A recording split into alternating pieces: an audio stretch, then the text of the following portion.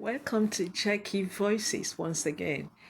We're still on our public speaking series because a lot of people are showing interest in this, and there's so much to talk about polishing our public speaking strategies. So let's look at another part where a lot of public speakers have issues in order to deliver a perfect, yes, there is a perfect public speaking. Yes, I agree. You can be perfect in it, to be honest.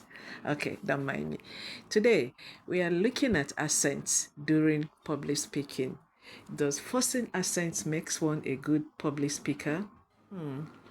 Believe me, we can't just generalize what interests or intrigues everyone when they are listening to someone's accents.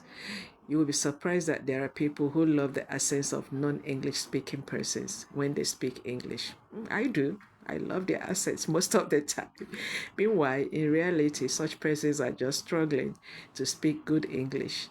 Most Asian or Europeans have different accents when speaking English, which the entire world are aware of.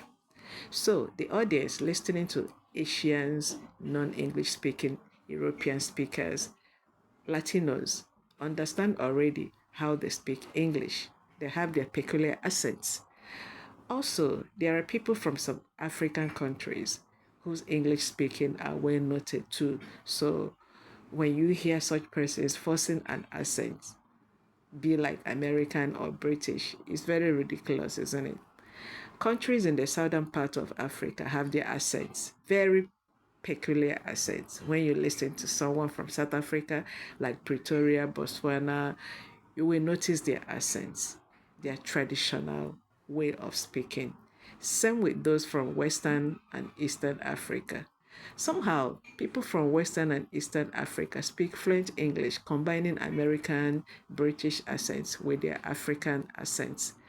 Sounds very lovely to me. Countries in the southern part of Africa audience have their also noticed very they are not peculiar accents. When you listen to someone from South Africa, like Pretoria, Botswana, or American speakers, you will notice their American, their British accents could look somehow plastic or artificial. Same with those from Western actually not good, Eastern Africa. Very good at somehow it. People from Western and Eastern Africa speak fluent English, not combining American, British accents to avoid too much embarrassing moments when addressing the public. To me, just speak naturally. Their audience will also notice the widely accepted language during most public speaking events. On the other hand, people speak saying non-British or American speakers, forcing let them hear what British you're talking about could look somehow make it as clear or artificial as possible if you actually so that you can avoid rubbishing yourself at it and the topic. But if you can pull it through, it is wise. Not we refrain from imitating others. So to avoid too much embarrassing moments when addressing the public, can just speak naturally. Using accents, you are not English is the widely accepted language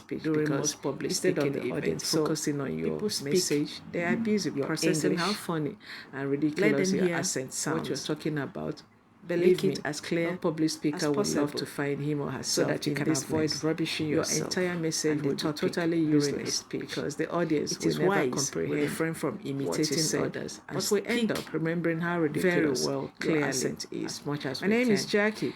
Using the accents of you are not media consulting could mess up your entire time because instead of the audience focusing on your message, they are busy processing how funny and ridiculous your accent sounds. Believe me, no public speaker would love to find him or herself in this mess. Your entire message will be totally useless because the audience will never comprehend what you said, but will end up remembering how ridiculous your accent is. My name is Jackie. I am the CEO of Agwama Media Consulting. Thank you for your time.